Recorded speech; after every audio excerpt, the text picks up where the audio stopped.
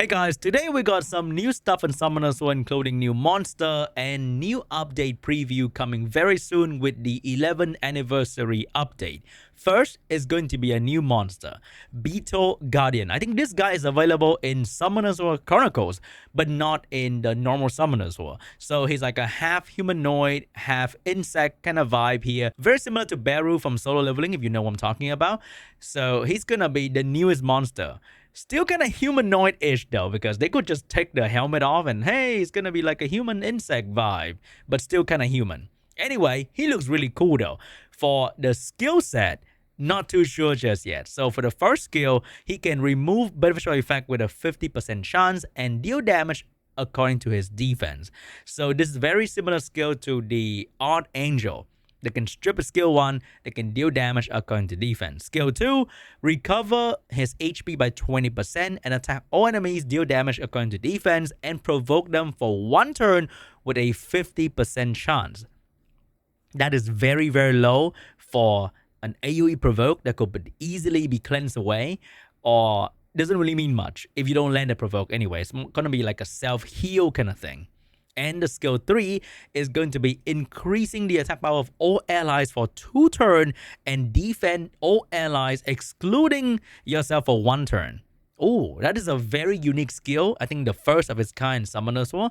AoE attack buff and a soft protection after that. Receive half the enemy damage and the teammate will take 0 damage, which is very cool. And then the Beetle Guardian can revenge. So you build this guy in Despair, you can Revenge and Strip and Despair Stun in the same skill. So this one feels like Automel, kinda, right? Because he can support the team, he can Revenge, Strip, and then potentially be built on Despair and then stun the enemy team as well. But attack buff though, for a defense scaling unit. So I think it's going to be used as a support instead of a damage dealer or a defense scaling tank. Is more of a support unit. It can provoke, it can buff attack power, and it can hug the entire team, which is kind of cool. And the first of its kind to have AoE hug, I believe. But is it going to be a very good unit? We don't know yet. We don't know the awakening. We don't know the leader skill. We don't know the base speed. All that makes a unit terrible or really, really good. So we don't know any of that just yet. But I think recently they have been releasing unit with more than 95 base speed compared to the past. They like to release unit with 95 base speed. It's kind of sad to see. But nowadays, most units start with 100 base speed or more. And he looks really, really cool. But I feel like in Summoners War, I know they have to release new monster to boost pack sale because every new update is new pack, so much value, blah, blah, blah, whatever. They have to release new unit, but there's so many shitty units in the game that will never see the light of day or are just not meta to use or just very hard to use in general or have very shitty awakening. For example, this guy's a damage dealer, still awaken into resistance, which is crazy. And there's so many more units that awaken into resistance for absolutely no reason, but they still awaken into resistance. So there's still many shitty unused units in the meta, and we are still getting more unit, which means getting the unit you actually want, like Leo, Tiana, is gonna be harder. And that's just the direction that Summoners is heading into. We have way too many freaking units. It is almost impossible to balance the game, and very hard to scale up them all, very hard to get what you want, and we're just gonna get more and more unit. Even if they release new 4-star unit, which is kind of a good thing because, hey, everyone can get 4-star unit, because for a new monster release in Summoners War, there is like 0 guarantee that you ain't going to get this guy or the other element of these units, because you can go 1,000, 2,000 mystical scroll without getting a single copy of this guy, which is kind of sad. I feel like for future release of 5-star unit, they should have like an event where they give you a hard pity 1 time only to get a random normal element of the newly released unit.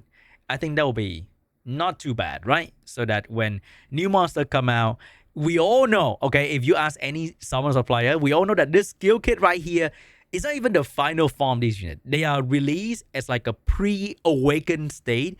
They are half-baked, and they will be buffed in the future. And that is how Summoners release has been. So new unit is not so exciting because they're not really that strong. So even getting a unit immediately would not really mean anything. And a one-time hard pity for a random of the 3 wind, water, fire element will be not too bad, right? So people when can save scroll and then they can save like maybe 500 scroll, 1,000 scroll. They know they're getting something from new unit release. That could be kind of cool. Now let's take a look at the more exciting thing that's about to happen in Summon as well. So for this developer preview, it is about gem and grinds, and that is very, very good because R5 has been like constant discussion in the community about how shitty farming R5 feel, because grinding feels like shit, jamming feels like shit, and they're trying to fix that. So first, we are going to have a new fire, water, wind attribute boss in R5. So they will still keep the current R5 boss around, which is the no element boss, but they're introducing fire, water, wind. Each one of them will be very similar to the current boss because they don't want you guys to build too crazy of a new team to reduce the stress of summoners of player that they are already facing with in RTA and guild content. So the new boss will only change in the AoE attack, the Rageful Roar, the boss attack after you enrage the boss enough times. So the fire one is going to put daunt, the water one is going to decrease your attack bar, and the wind one is going to put heal block on you. However, if you kill the boss before this happen, then you don't even have to worry about the change that they make to the boss. And for these new bosses, they're going to include the sudden grindstone in the boss. So for example, you are in need of Violent and Despair grindstone, you can farm the fire boss. If you're in need of Will and Blade and Swift, you can farm the water boss. And if you're in need of Rage Fatal for your PvE team, you can go and farm the wind one. So most of the R5 team at the moment, I believe, are fire based. So when you look at the R5 team I'm using, my main damage is fire, a dark unit, and then over here they're just branding and defense break, even though I have a water defense breaker. So if I shift to the fire R5 boss to farm my Violent and Despair grindstone, I can pretty much use the same team and it will probably do the same thing. But now I can put damage on fire on my damage dealer to do even more damage to the fire boss. So I think if you are looking to farm Violent grindstone, your R5 team might not need to change at all. However, if I want to farm the water one, then I will have to switch my team entirely. I think a lot of people will just ignore the water R5 boss because most of us have built the team to have fire damage dealer, and fighting a water boss is going to be impossible. So we're going to be farming the fire one for Violent and then use the intangible dropping from the fire one to craft the will. And I think that's going to be the meta moving forward. Or you can also farm the wind one, because if you are using fire damage to hit a wind boss, you can reduce the crit rate required for all these teams even further. So for example, right now, my team is locking in with a 24 crit rate leader, and I need to run 76 crit rate minimum. So if I fight a wind boss, I can reduce my bigger crit rate even further. I can reduce my brander crit rate even further so that I can boost their damage more. So maybe that's going to help newer player to break into R5 because you can reduce the crit rate requirement if you're fighting a boss that has a bad element according to your team. So I think win R5 boss might be like easier for newer player. I don't know, maybe. But I think most player will shift to fire boss because they use the same team. They farm the Violent Despair grinds and then they use the intangible to craft the will grind. And also, this one's very exciting because they are changing how you're gonna use enchant gem in the rune. So as you can see right here, if you have a 7+5 and in the past, when you gem in a +10 speed, a legend gem, you will go back to +10. You have to grind the +5 again, which is ridiculous. But now you can grind the +5 and then enchant the +10 and the +5 will stay, which is very good. So let me bring another real life example. For example, I have this Swift rune right here that I have very high crit damage on, but the attack percent that I put in there is 10. but I can go to 13. But then I have to re-grind again, and I don't want to grind a legend grind in here because I have to re-grind again. But now I can confidently go plus 13 this one, and if I have plus 10% here, the plus 10 will carry to the plus 13%. So I can confidently legend grind everything. So now if you have a legend grind from whatever runes or substat that you care about, you can immediately lock it in. Doesn't matter what kind of value you have at the start. As far as you know that you are going to enchant the better stat or the better value of the same stat over. But if I change this to defense, then the grind value will disappear, okay? If I go HP right here and I have like plus 10% with the grind, I can go plus 13. It's going to be great. But if I change to defense, the grind value is going to go away, of course. So you have to take that into consideration. But still, I would love for them to make the legend grind experience a little bit less insane, because you can go legend grind 5 to 10% and you can be stuck at 7% forever because they never go up. They keep going to the middle or go down. It is crazy because getting a legend grind is already very hard, but getting to the 10% is extremely hard. But this is a great step though. If we can do one step further, is that your legend grind cannot go lower than whatever you are currently have on the rune, please. Because if you hit the 7% in the middle, getting to the 10% is just very, very annoying.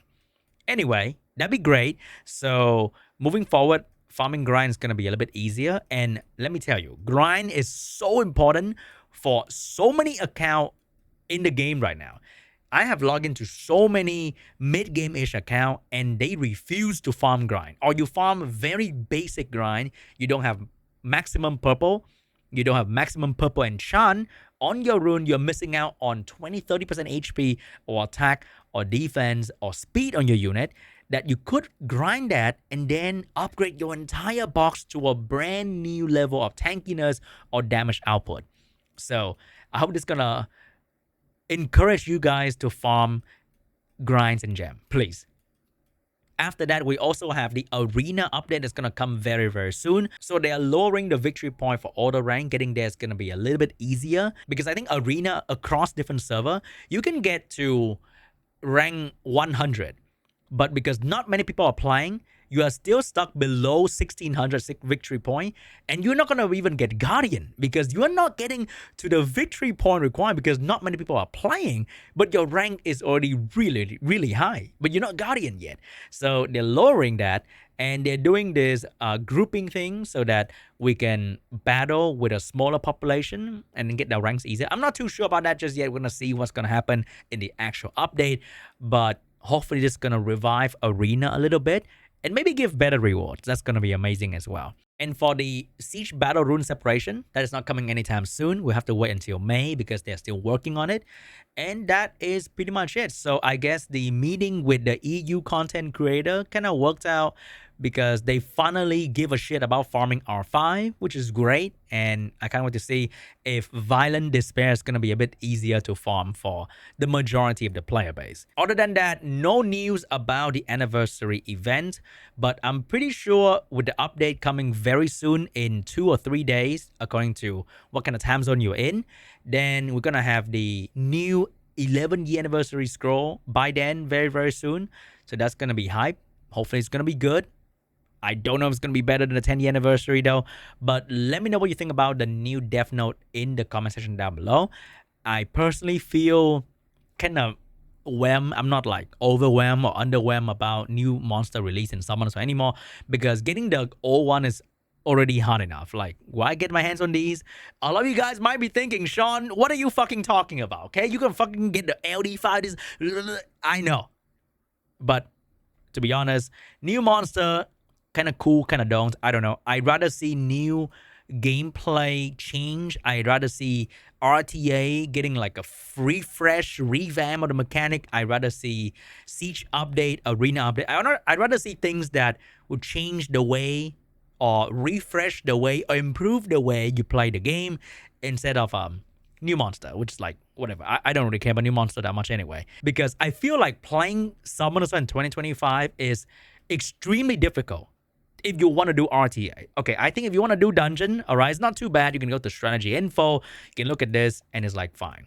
For Siege, stepping in might feel very overwhelming, but after you watch enough Siege video on YouTube, you watch enough War Guild Battle video, you will get a feel of what to build to win all the time. Like, I am trolling half the time in my guild, and I still get a very decent amount of win rate overall. Like, I think I have lost one battle so far. It's crazy.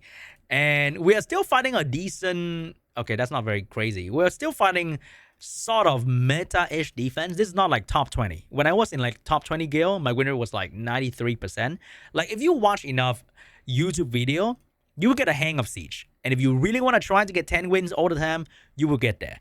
But getting you guys to understand how to play RTA is like almost impossible, because there's so many combinations, there's so many teams, there's so many things to understand, counterpick. It is so diverse in RTA at the moment. New monster is going to make that even harder to understand. So anyway, guys, enough ranting today. Thank you so much for watching. I'll see you guys in the next one. Bye-bye.